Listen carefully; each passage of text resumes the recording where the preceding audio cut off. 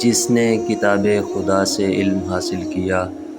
تو وہ اہل دنیا اور اس کی طرف رغبت کرنے والوں سے الگ ہو گیا اور خدا کی طرف رجوع کیا۔ پس خدا وحشت میں اس کا انیس اور وحدت میں اس کا ساتھی اور مفلسی میں اس کی تونگری اور غیر قبیلہ اس کے لیے عزت ہوا۔ اے حشام، خدا اپنی کتاب میں کہتا ہے، اس کتاب میں نصیحت ہے اس شخص کے لیے جس کے پاس قلب یا عقل ہو۔ اے حشام، حق اطاعت خدا میں ہے اور نہیں ہے نجات مگر اطاعت خدا میں، اور طاعت ہوتی ہے علم سے، اور علم ہوتا ہے حاصل کرنے سے، اور حاصل کیا جاتا ہے عقل سے، اور علم نہیں لینا چاہیے مگر عالم ربانی سے، اور معرفت علم کا تعلق عقل سے ہے۔ اے حشام، عالم کا قلیل عمل مقبول اور دو چند ہے، اور اہل ہوا و جہل کا کثیر عمل بھی مردود ہے۔ اے حشام، عقل مند آدمی حکمت و دانائی پا کر کم سے کم متاع دنیا پر راضی ہو جاتا ہے، اور نہیں راضی ہوتا کم خرد مندی پر جو زیادتی سامان دنیا کے ساتھ ہو۔ اے حشام، دنیا کے سامان کی زیادتی کو عقل مند لوگوں نے ترک کیا،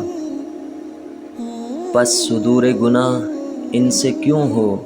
ترک دنیا فضیلت ہے اور ترک گناہ فرض۔ اے حشام، عقل مند آدمی نے نظر کی دنیا اور اس کے اہل کی طرف، پس معلوم ہوا کہ دنیا نہیں ملتی مگر مشقت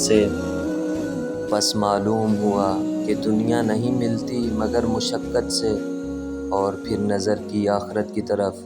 پس معلوم ہوا کہ وہ بھی مشقت سے حاصل ہوتی ہے، پس اس نے طلب کیا مشقت کے ساتھ ان دونوں میں زیادہ باقی رہنے والی کو، یعنی آخرت کو۔ اے حشام، عقل مند نے زہد فی الدنیا اختیار کیا اور آخرت کی طرف رغبت کی، کیونکہ انہوں نے یہ جان لیا کہ دنیا طالبہ اور مطلوبہ ہے، اور آخرت بھی طالبہ اور مطلوبہ ہے۔ پس جس نے آخرت کو طلب کیا، دنیا اس کی طالب بنی، یہاں تک کہ اس کا رزق دنیا سے پورا ہوا، اور جس نے دنیا کو طلب کیا، آخرت نے اس کو طلب کیا۔ جب اس کو موت آئی تو اس کی دنیا اور آخرت دونوں تباہ ہوئیں۔ اے حشام، جو چاہتا ہے کہ آرزوؤں سے چھٹکارا ملے اور حسد سے دل دور رہے اور امر دین میں سلامتی حاصل ہو، اسے چاہیے کہ اللہ کی طرف رجوع کر کے یہ سوال کرے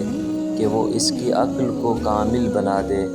جس کی عقل کامل ہوئی اس نے قناعت کی بقدر کفایت چیز پر، اور جس نے قناعت کی اس پر وہ مستغنی ہو گیا، اور جس نے بقدر ضرورت اکتفا نہ کی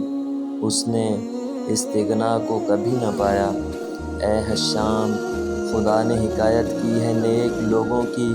این طور کہ انہوں نے کہا کہ اے ہمارے رب، ہمارے دلوں کو کج نہ کر اس کے بعد کہ تو نے ہم کو ہدایت کی۔ اے معبود، ہمیں اپنی طرف سے رحمت عطا کر، بے شک تو بڑا بخشنے والا ہے۔ جب انہوں نے یہ جان لیا کہ قلوب کج ہوتے ہیں اور بے بصری اور ہلاکت کی طرف لوٹتے ہیں، تو یہ سمجھ لیا کہ جس نے اللہ سے عقل حاصل نہیں کی، یعنی کتاب خدا سے علم حاصل نہیں کیا، وہ اللہ سے نہیں ڈرتا۔ جس نے خرد مندی کو کتاب خدا سے حاصل نہ کیا اور اپنے دل میں معرفت پائیدہ کو جگہ نہ دی، جس سے مدد حاصل کرتا اور حقیقت کو پا لیتا، یہ تو وہی کرے گا جس کا قول اس کے فعل کی تصدیق کرتا ہو اور ظاہر باطن کے مطابق ہو، کیونکہ خدا نے لوگوں کی رہنمائی نہیں کی باطن خفی پر، جس سے مراد عقل ہے،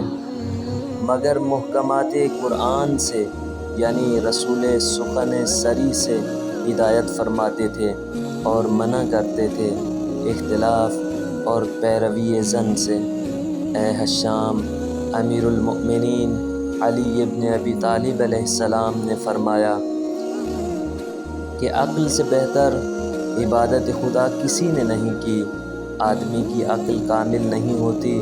جب تک کہ اس میں چند خصلتیں نہ ہوں، اس کو کفر و شر سے امن ہو، اس سے نیکی اور خیر کی امید ہو، ضرورت سے زیادہ مال کو راہ خدا میں خرچ کرے، دنیا سے اس کا حصہ قوت لا یموت ہو، علم کی تحصیل سے سیر نہ ہو، راہ خدا میں ذلت اس کے نزدیک زیادہ محبوب ہو اس سے جو غیر سے ملے، غیر کا تھوڑا احسان زیادہ جانے اور اپنا احسان دوسروں کے ساتھ کم سمجھے، سب کو اپنے سے بہتر اور اپنے کو ان سے بدتر جانے۔ اے حشام، جس کے لیے مروت نہیں اس کے لیے دین نہیں، اور مروت اسی کے لیے نہیں جس کے پاس عقل نہیں۔ از روئے قدر و منزلت سب سے بڑا آدمی وہ ہے جو اپنے لیے دنیا کو کوئی بڑی چیز نہیں سمجھتا، آگاہ ہو کہ تمہارے ابدان کی قیمت جنت کے سوا کچھ نہیں، بس ان کو جنت کے سوا کسی کے بدلہ میں نہ بیچو۔